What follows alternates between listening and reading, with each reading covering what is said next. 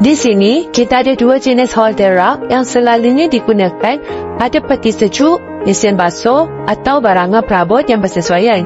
Kita ada holder yang beroda dan holder rak yang korang boleh adjust ketinggian kaki mengikut kesesuaian lantai.